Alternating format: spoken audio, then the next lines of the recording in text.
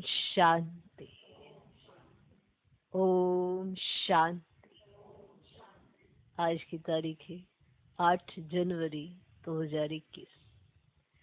साकार महावाक्य। बाबा कहते, मीठे बच्चे, तुम्हें नशा रहना चाहिए कि हम ब्राह्मण सो देवता बनते हैं।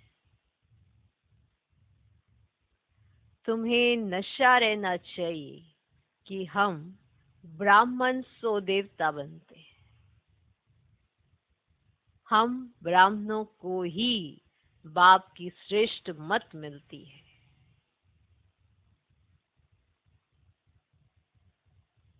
हम ब्राह्मणों को ही बाप की श्रेष्ठ मत मिलती है।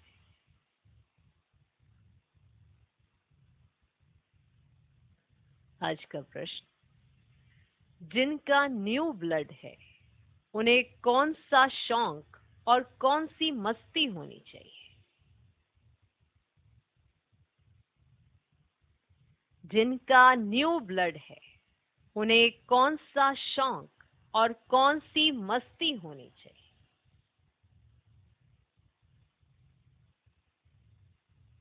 उत्तर, ये दुनिया जो पुरानी आयरन एज बन गई है उसे नई गोल्डन एज बनाने का,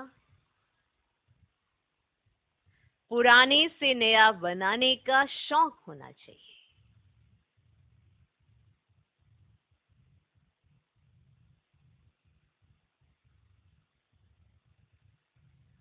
कन्याओं का न्यू ब्लड है तो अपने हम जीन्स को उठाना चाहिए।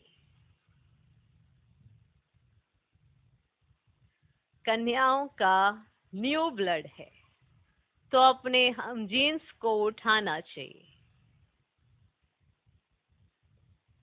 नशा कायम रखना चाहिए।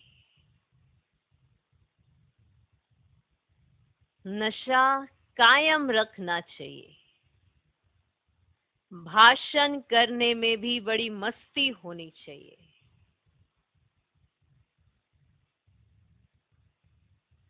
भाषण करने में भी बड़ी मस्ती होनी चाहिए।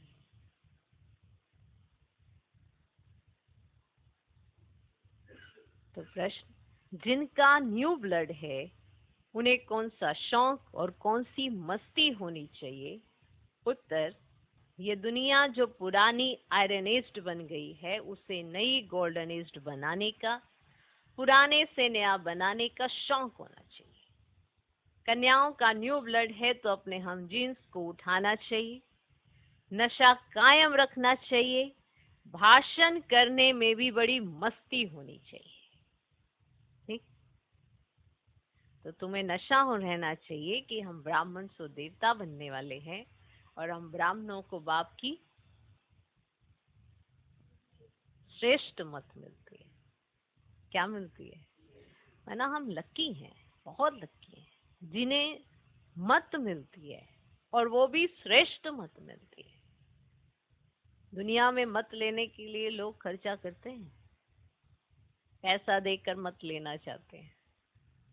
यहाँ भगवान श्रेष्ठ से श्रेष्ठ मत देता है, जिससे आप श्रेष्ठ बनते हो, आपके कर्म श्रेष्ठ होते हैं, आपकी पोजीशन श्रेष्ठ हो जाती है।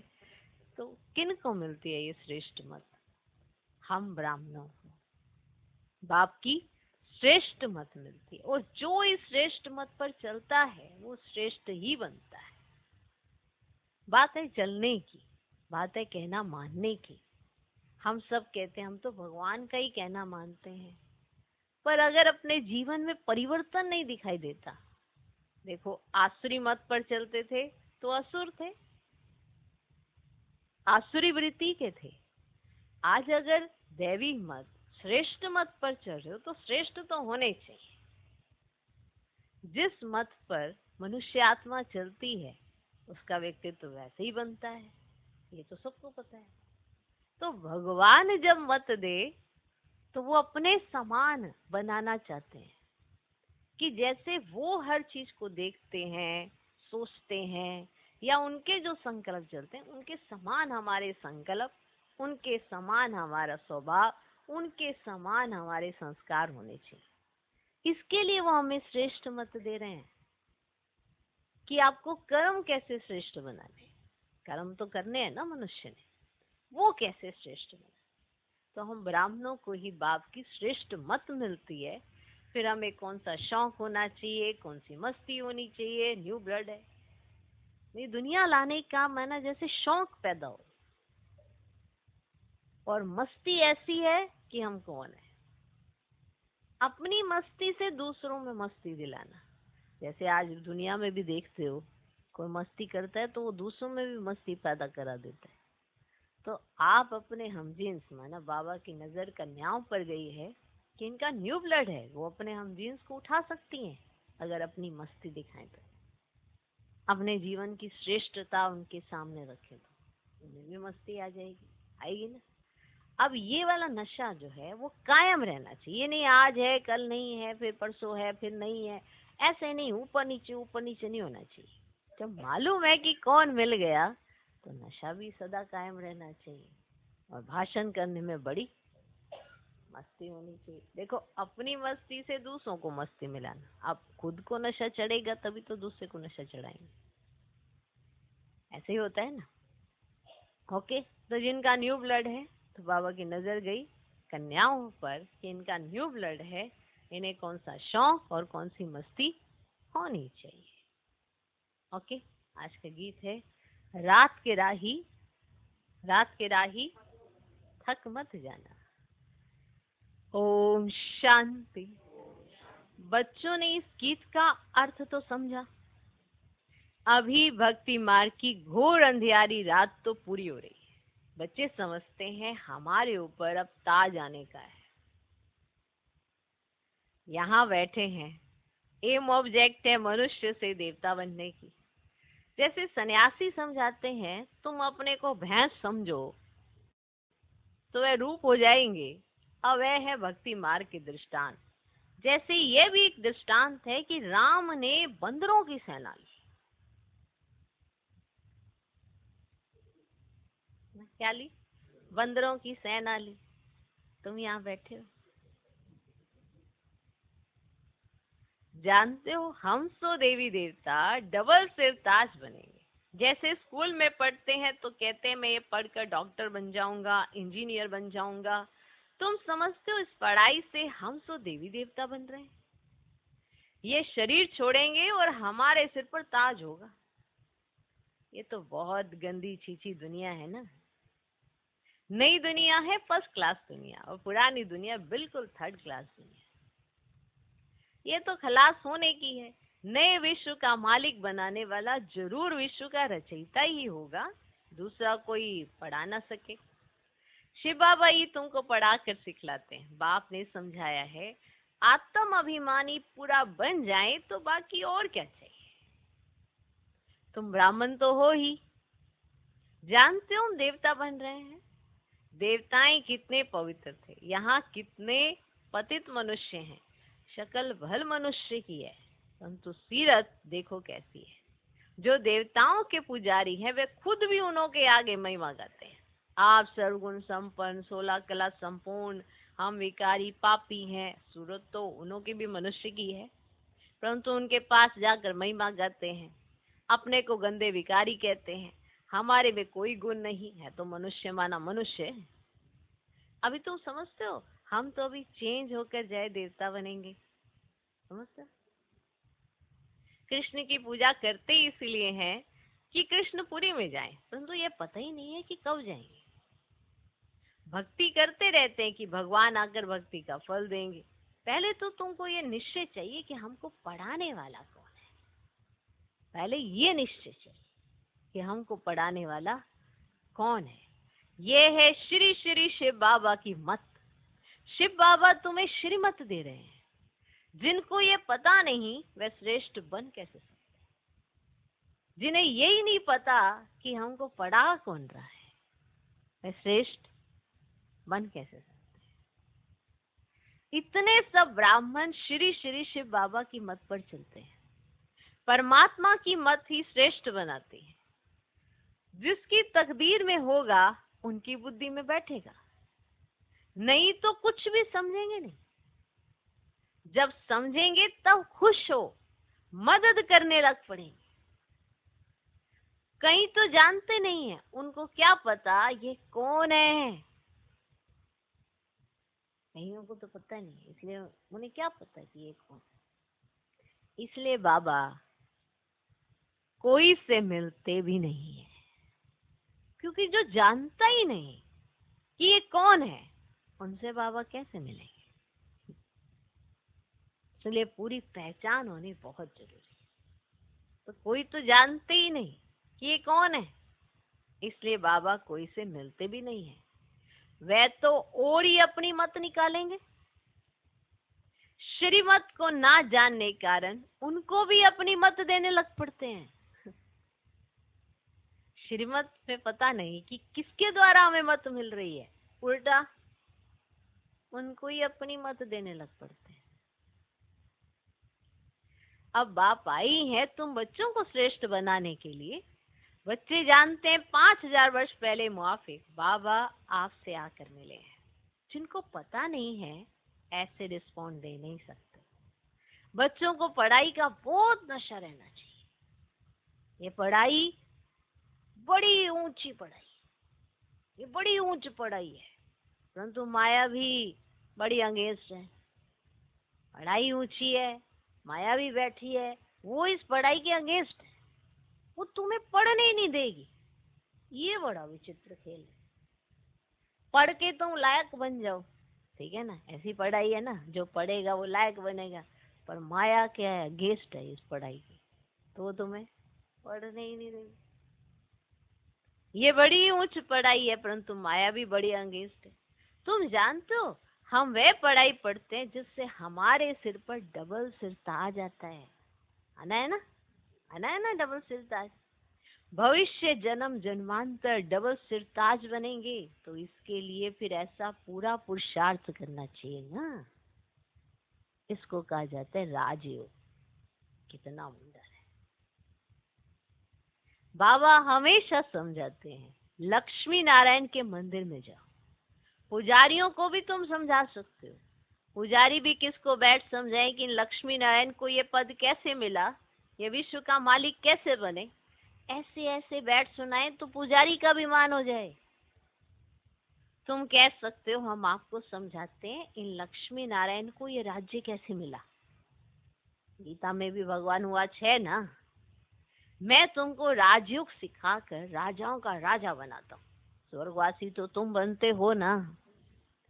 तो बच्चों को कितना नशा रहना चाहिए, हम ये बनते हैं। भल अपना चित्र और राजाई का चित्र भी यहाँ साथ में निकालो। नीचे तुम्हारा चित्र, ऊपर में राजाई का चित्र हो। इसमें खर्चा तो नहीं है ना। राजाई पोशाक तो झट बन सकती है, तो घड़ी घड़ी याद रहेगा हम सो देवता बन रहे हैं। ऊपर में भल शिव बाबा भी हो, यह भी चित्र निकालने होंगे। तो मनुष्य से देवता बनते हो, ये शरीर छोड़ हम जाए देवता बनेंगे, क्योंकि अभी हम ये राजयोग सीख रहे हैं। तो ये फोटो भी मदद करेंगे। ऊपर में शिव, फिर राजाई चित्र, नीचे तुम्हारी साधारण चित्र। और शिव बाबा से राजयोग सीख हम सो देवता डबल सिर ताज बन रहे हैं। चित्र रखा होगा, कोई भी पूछेंगे तो हम बतला सकेंगे। हमको सिखलाने वाला वही शिव बाबा है। चित्र देखने से बच्चों को नशा चढ़ेगा। भल दुकान में भी ये चित्र रख दो, ठीक। भक्ति मार्ग में बाबा नारायण का चित्र रखता था, पॉकेट में भी रहता था। तुम भी अपना फोटो रख दो तो याद रहेगा हम सो देवी देवता बन रहे हैं। बाप को याद करने का उपाय ढूंढना चाहिए कि कैसे घड़ी घड़ी मुझे याद आए। बाप को भूल जाने से ही गिरते हैं। विकार में गिरेगा तो फिर शर्म आएगी। अभी तो हम ये देवता बन नहीं सकेंगे, हार्ट फेल हो जाएगी।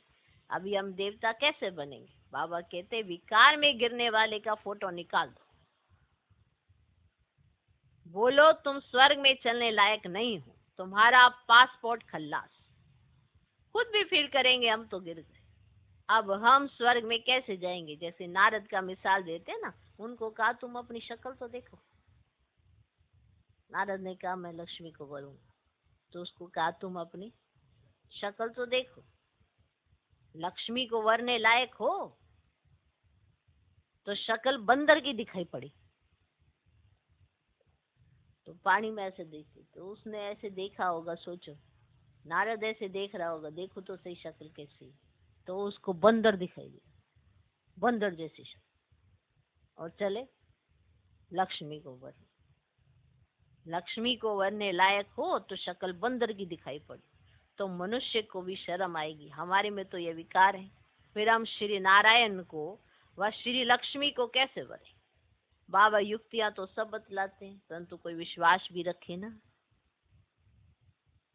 विशेष पॉइंट, हर युक्ति सफल तभी होती है जब विश्वास रखा जाता है उस युक्ति पर। कई कहते हैं हमें इस बीमारी से मुक्ति नहीं मिल रही है, कोई भी बीमारी, मन के अंदर उठने वाले संकल्पों की बीमारी, कोई भी बीमारी, लेकिन जो युक्ति बताई गई है अगर उस पर विश्वास रखकर कर्म नहीं करेंगे तो मुक्ति कैसे मिलेगी। तो जो भी युक्ति है उस पर पहले विश्वास जरूरी है, परंतु कोई विश्वास भी रखे ना। विकार का नशा आता है तो समझते हैं इस हिसाब से हम राजाओं का राजा डबल सिरताज कैसे बनेंगे। पुरुषार्थ तो करना चाहिए ना। बाबा समझाते रहते ऐसी ऐसी युक्तियां रचो और सबको समझाते रहो। ये राज्यों की स्थापना हो रही है, अब विनाश सामने खड़ा है, दिन प्रतिदिन तूफान जोर होता जाता है, बॉम्ब शादी भी तैयार हो रहे हैं। तुम ये पढ़ाई पढ़ते ही हो भविष्य उच्च पद पाने के लिए, तुम एक ही बार पति से पावन बनते हो। मनुष्य समझते थोड़ी ही कि हम नरकवासी हैं क्योंकि पत्थर बुद्धि है। अभी तुम पत्थर बुद्धि से पारस बुद्धि बन रहे हो। तकदीर में होगा तो झट समझेगा, नहीं तो तुम कितना भी माथा मारो बुद्धि में बैठेगा नहीं। बाप को ही नहीं जानते तो नास्तिक है, अर्थात ना धनी के, ना धनी के, माना धनी को ही नहीं जानते तो ना धनी के, तो धन का बनाना चाहिए ना। जबकि शिव बाबा के बच्चे हैं, यहाँ जिनको ज्ञान है वे अपने बच्चों को विकारों से बचाते रहेंगे। अज्ञानी लोग तो अपने मुआफिक बच्चों को भी फंसाते रहेंगे। अब जिसको ज्ञान है वो अपने बच्चों को बचाएगा कि ये कहीं विकारों में ना चला जाए, और जो अज्ञानी होगा वो उसमें फंसाएगा। तुम जानते हो यहाँ विकार से बचाया जाता है। कन्याओं को तो पहले बचाना चाहिए। माँ बाप जैसे कि बच्चे को विकार में धक्का देते हैं, तुम जानते हो ये भ्रष्टाचारी दुनिया है। श्रेष्ठाचारी दुनिया चाहते हैं। भगवान उवाच, मैं जब आता हूँ श्रेष्ठाचारी बनाने के लिए तो सब भ्रष्टाचारी है, मैं सबका उद्धार करता हूँ। गीता में भी लिखा हुआ है भगवान को ही साधु संतों आदि सबका उद्धार करने आना है। एक ही भगवान बाप आकर सबका उद्धार करते हैं। अभी तुम वंडर खाते हो मनुष्य कितने पत्थर बुद्धि हो जाते हैं, कितने पत्थर बुद्धि। इस समय अगर मालूम हो बड़ों बड़ों को कि गीता का भगवान शिव है तो पता नहीं क्या हो जाए, हाहाकार मच जाए। परंतु अभी देरी है, नहीं तो सबके अड्डे एकदम हिलने लग जाएं। भूतों के तख्त हिलते हैं ना, लड़ाई जब होती है तो पता पड़ता है इनका तख्त हिलने लगा है, अभी गिर पड़ेंगे। अभी ये हिले तो बहुत हलचल मच जाए। आगे चल होने का है। पतित पावन सर्व का सदगति दाता खुद कहते हैं, बरोबर ब्रह्मा तन से स्थापना कर रहे हैं, सर्व का सदगति अर्थात उद्धार कर रहे हैं। भगवान उवाच, ये पतित दुनिया इन सब का उद्धार मुझे करना है। अभी सब पतित हैं। पतित फिर किसको पावन कैसे बनाएंगे? पहले तो खुद पावन बने फिर फॉलोअर्स को बनाए। भाषण करने में बड़ी मस्ती चाहिए।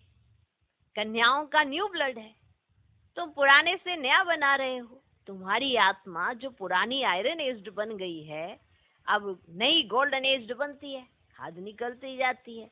तो बच्चों को बड़ा शौक चाहिए, नशा कायम रखना चाहिए, अपने हमजीन्स को उठाना चाहिए। गाया भी जाता है ना, गुरु माता, माता गुरु कब होती है? अभी तुम जानते हो, जगत अम्बा ही फिर राज राजेश्वरी बनती है, फिर वहां कोई गुरु रहता ही नहीं। गुरु का सिलसिला अभी चलता है। माताओं पर बाप आकर ज्ञान अमृत का कलश रखते हैं, शुरू से ऐसा होता है। सेंटर्स के लिए भी कहते हैं ब्रह्मा कुमारी चाहिए। बाबा तो कहते आप ही चलाओ, हिम्मत नहीं है। कहते नहीं बाबा टीचर चाहिए। ये भी ठीक है, मान देते हैं ना, रिस्पेक्ट देते हैं ना बहनों को, ये भी ठीक है।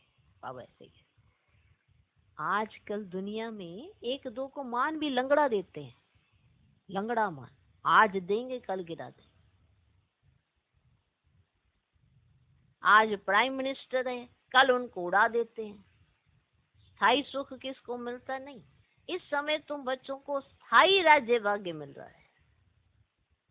तुमको बाबा कितने प्रकार से समझाते हैं ना, तरह तरह से आपको बात स्पष्ट हो जाएगी। इसीलिए समझाया जाता है, क्योंकि जिस दिन स्पष्ट होगी उस दिन हो सकता है आपके पांव तले जमीन ही खिसक जाए कि आपके पास समय नहीं बचा अब कुछ कर लेने का। ये जो स्पष्टीकरण ही नहीं होता, उसी में बुद्धि हलचल में रहती है। वरना भगवान के साथ हो और हलचल में हो, वो तो पॉसिबल ही नहीं है। हमें नहीं लगता ये संभव है। भगवान की गोद हो और हलचल भी महसूस हो रही हो, संभव ही नहीं है। हलचल अगर हो रही है तो भगवान को जाना, पहचाना और समझा नहीं है, तभी हलचल में है।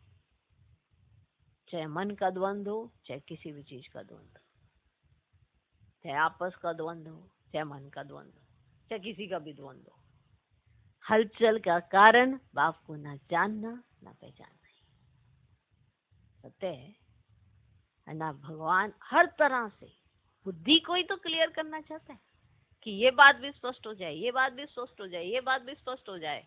और जहां बुद्धि में स्पष्टीकरण क्लियर हुआ नहीं, वहां ही बुद्धि के तार बाबा के साथ जुड़ जाएंगे, ऑटोमेटिकली फिर योग लगा रहेगा।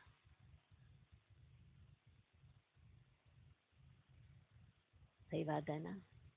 तुमको बाबा कितने प्रकार से समझाते हैं, अपने को सदैव हर्षित रखने के लिए बहुत अच्छी अच्छी युक्तियां बतलाते हैं कि आप तरीके सोचो कि आप कैसे खुश रह सकते हो।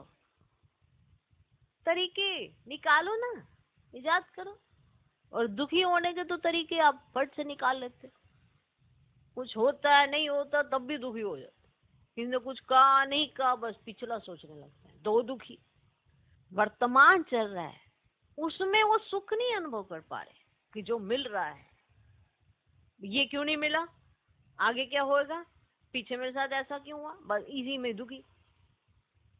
क्या चाहता है भगवान कि आप संगम पर इतने प्रफुल्लित रहो, इतने खुश रहो कि सही में आपको ब्राह्मण जीवन का आनंद आ सके, सही मायने में आप महसूस कर सको और इस शरीर के ऊपर राज कर सको। जहां आपने अपने शरीर पर राज करना सीखा नहीं, वहां प्रकृति जीत हो जाओगे, कर्मेंद्रिय जीत हो जाओगे। अब प्रकृति जीत हो गए, कर्मेंद्रिय जीत हो गए, तो माया का क्या होगा? तो माया जीत भी हो जाएंगे, कौन सी बड़ी बात है। पर ना तो अपने ऊपर नियंत्रण है, ना प्रकृति के ऊपर नियंत्रण है, इसीलिए प्रकृति जीत भी नहीं है, प्रकृति के अधीन है, इसलिए माया जीत भी नहीं है। क्यों? क्योंकि स्पष्टीकरण ही नहीं हो पा रहा, बुद्धि की तार क्लियर ही नहीं हो पा रही, इसलिए सब ऐसा होता है ना। तो आप अपने आप को युक्तियां रचा करो, कैसे मैं सदैव हर्षित रह सकूं। और खुद को पता होता है कौन कौन सी बात आगे मेरा हर्षितपना लूट के ले जाती है। वो बातें तो पता नहीं कहाँ से निकाल के ले आते हैं, ताज्जुब होता है। इसलिए कई बार मुरलियों में सुना होगा, बाबा ये भी बताते हैं कि आपको मेरे से बात कैसे करनी चाहिए। ओ बाबा, आपने तो ऐसे मना, ये तक बताते हैं। सोचो कैसे तुम्हें ये महसूस करना चाहिए कि आपको क्या मिल रहा है, ये तक मुरलियों में लिखा होता है, यो बाबा आप तो हमारे लिए क्या कर रहे हो, मतलब ये लाइनें भी ऐसी ऐसी दी जाती है। सोचो, समझ रहे हो? तुमको बाबा कितने प्रकार से समझाते हैं, अपने को सदैव हर्षित रखने के लिए बहुत अच्छी अच्छी युक्तियां बतलाते हैं। शुभ भावना रखनी है ना, ओहो हम ये लक्ष्मी नारायण बनते हैं। ये देखो, माना कैसे आप सोचो, कैसे आप अपने अंदर बोलो, ये तक भगवान आपको सिखा रहा है। फिर कोई कहता है कि मैं योग कैसे लगाऊं, मैं बाबा से रूढ़ियान कैसे करूं, सब कुछ तो मुरली के अंदर है। आप बस ध्यान से पढ़ना शुरू कर दो या सुनना शुरू कर दो, दोनों में से कोई काम तो करो। ओहो हम ये लक्ष्मी नारायण बनते हैं, फिर अगर किसकी तकदीर में नहीं है तो तदबीर क्या?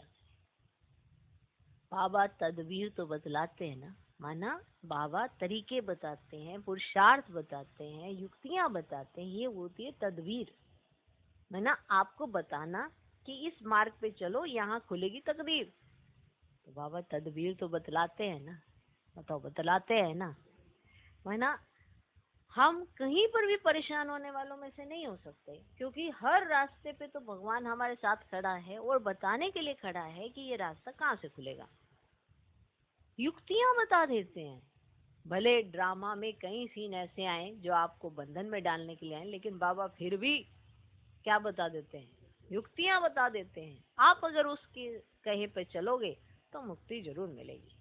वो वाली मुक्ति नहीं, माना उस युक्ति से, उस बंधन से मुक्ति, जो बंधन आपको बाप के समीप नहीं लेके जाने दे रहा, उस बंधन से आपको मुक्ति मिलेगी। तो ये आपको ढूंढना होता है कि कौन सी युक्ति से क्या मिलेगी, मुक्ति।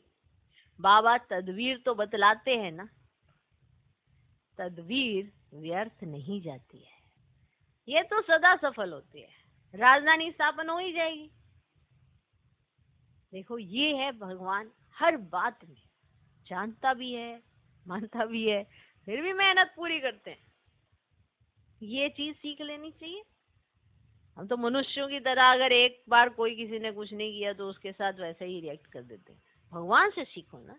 अगर यार कैसे सीखना होता है, ऐसे ही सीखना होता है।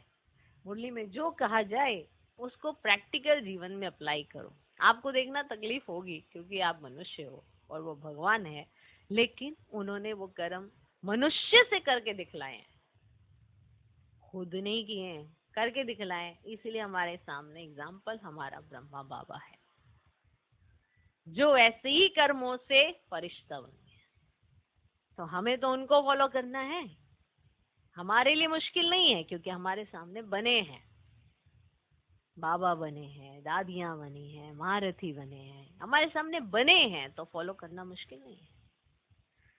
तो तदबीर जब कराई जाती है वो भी व्यर्थ नहीं जाती, यह तो सदा सफल होती है। राजधानी स्थापन हो ही जाएगी, विनाश भी महाभारत लड़ाई द्वारा होना ही है। आगे चल तुम जोर भरो तो यह सब आएंगे। अभी नहीं समझेंगे फिर तो उन्हों की राजाई ही उड़ जाए। कितने ढेर गुरु लोग हैं, है ना। अगर अभी नहीं समझेंगे ना, नहीं तो उनकी रजाई उड़ जाएगी इस समय, अगर जल्दी से समझ जाएंगे। लेकिन एक समय तो आएगा ही जब सब समझे। कितने ढेर गुरु लोग हैं, ऐसा कोई मनुष्य नहीं जो किसी गुरु का फॉलोअर ना हो। यहाँ तुम्हें एक सतगुरु मिला है, सदगति देने वाला, है ना। इतने सारे गुरु लोग हैं, सब हर कोई अपने गुरु की महिमा जरूर गाता है, लेकिन गुरु गुरु कैसे बन गया, वो भी तो मनुष्य ने बनाया। उसने भी अपने जीवन में कुछ त्याग किया होगा, कुछ ऐसा किया होगा तो वो गुरु बन गया। लेकिन भगवान कहते कोई मनुष्य का सतगुरु नहीं हो सकता। एक सतगुरु मैं ही हूँ। यहाँ तुम्हें एक सतगुरु मिला है, सदगति देने वाला। चित्र बड़े अच्छे हैं। यह है सदगति अर्थात सुखधाम, यह है मुक्तिधाम।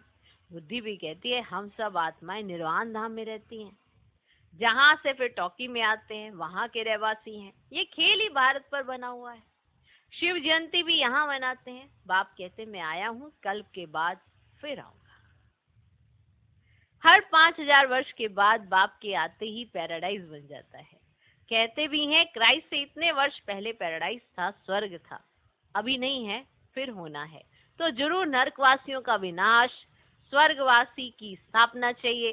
सो तुम स्वर्गवासी बन रहे हो, नरकवासी सब विनाश हो जाएंगे। वे तो समझते हैं अर्जुन इतने लाखों वर्ष पड़े हैं, बच्चे बड़े हो शादी कराएं, तुम थोड़ी ऐसा करेंगे। वो तो ऐसा सोचते हैं बच्चे बड़े हो अब उनकी शादी करा दे, तुम थोड़े ऐसा करेंगे। अगर बच्चा राय पर नहीं चलता है तो फिर श्रीमत लेनी पड़े कि स्वर्गवासी नहीं बनते हैं तो क्या करें। बाप कहेंगे अगर आज्ञाकारी नहीं है तो जाने दो, इसमें पक्की नष्ट मोहावस्था चाहिए, तब जाने दो। अगर आपकी आज्ञा पर नहीं चलता है, अगर आज्ञाकारी है तो उसे समझाओ, उसे बताओ कि वो अपने जीवन में इन बंधनों में ना फंसे, निर्बंधन रहे। लेकिन इसकी समझ पहले आप में होनी चाहिए, तब जाके आप अपने बच्चे को समझा सके। और अगर आज्ञाकारी है तो जाने मत दो, उसे समझाओ। और अगर आज्ञाकारी नहीं है, आपका कहना ही नहीं मानता है, आपका मान नहीं रखता है, जाने दो। पर इसमें पक्की नष्ट अवस्था चाहिए। ये नहीं कि वो जाए और आपके दिल दुख दुख दुख दुख दुख दुख, भाई क्या होगा, है उसको खाना खाया होगा कि नहीं खाया होगा, है उसको कौन मदद करेगा, आपका दिल दुख दुख दुख दुख, ऐसे नहीं होना चाहिए। पक्की नष्ट अवस्था चाहिए। और ये जो नष्ट अवस्था होती है ये बड़ी जबरदस्त होती है। जिसकी हो जाती है ना, उसे कोई परवाह नहीं होती दिन दुनिया की, उसका एक बाप दूसरा ना कोई, ये पक्की नष्ट अवस्था वाले के साथ ही होता है। और जिसका मुंह लगा रहता है, एक बाप दूसरा ना कोई, ये उसके ऊपर सीधी नहीं होता है, क्योंकि उसका दिल लगा ही रहता है अपने बाल बच्चों में, उसी में फंसा रहता है। और फंसा होने के कारण वो एक बाप से अपना दिल लगा ही नहीं पाता, सर्व संबंध बाप से जोड़ ही नहीं पाता।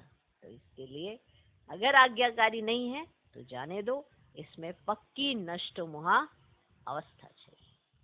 अच्छा, मीठे मीठे सिकिलदे बच्चों प्रति माता पिता बाप दादा का याद प्यार और गुड मॉर्निंग। रूहानी बाप की रूहानी बच्चों को नमस्ते। हम रूहानी बच्चों की भी रूहानी बाप को नमस्ते नमस्ते नमस्ते। Good morning good morning good morning. धारणा के लिए मुख्य सार पहला पॉइंट, श्री श्री शिव बाबा की श्रेष्ठ मत पर चलकर स्वयं को श्रेष्ठ बनाना है। श्री श्री शिव बाबा की श्रेष्ठ मत पर चलकर स्वयं को श्रेष्ठ बनाना है। मत श्रेष्ठ मिल रही है तो बनोगे भी श्रेष्ठ, ये बहुत सिंपल सी बात है।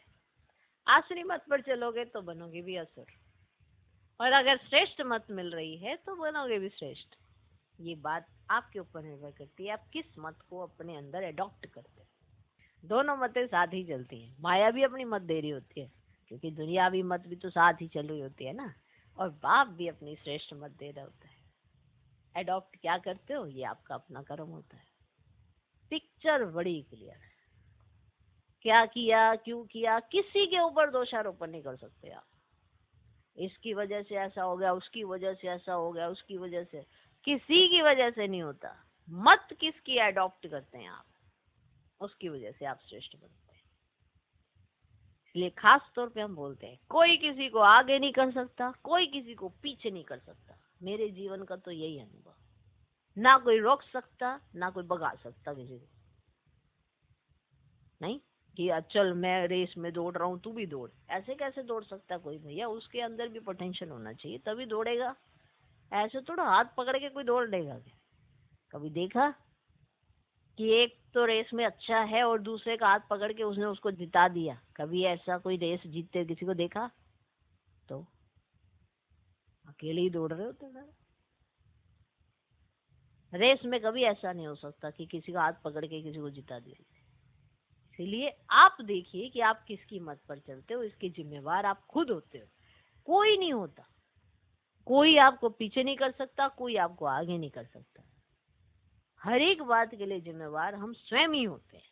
अपने छोटे छोटे कर्मों से ना हम या तो बहुत दिल में घुस जाते हैं भगवान के, या छोटे छोटे कर्मों से ना पीछे हो जाते हैं। हैं और हम इन छोटे छोटे कर्मों पे ना ध्यान ही नहीं देते। श्री श्री शिव बाबा की श्रेष्ठ मत पर चलकर स्वयं को श्रेष्ठ बनाना है। श्रीमत में मन मत मिक्स नहीं करनी है। ईश्वरीय पढ़ाई के नशे में रहना है। दूसरा पॉइंट, अपने हम जींस के कल्याण की युक्तियां रचनी है। अपने हम जींस के कल्याण की युक्तियां रचनी है। सबके प्रति शुभ भावना रखते हुए एक दो को सच्चा मान देना है, लंगड़ा मान नहीं, माना टेम्परेरी वाला मान नहीं देना। तो श्रीमत में मन मत मिक्स नहीं करनी है, ईश्वरीय पढ़ाई के नशे में रहना है। दूसरा पॉइंट, अपने हम जींस के कल्याण की युक्तियां रचनी है। अपने हम जींस के कल्याण की युक्तियां रचनी है। सबके प्रति शुभ भावना रखते हुए एक दो को सच्चा मान देना है, लंगड़ा मान नहीं।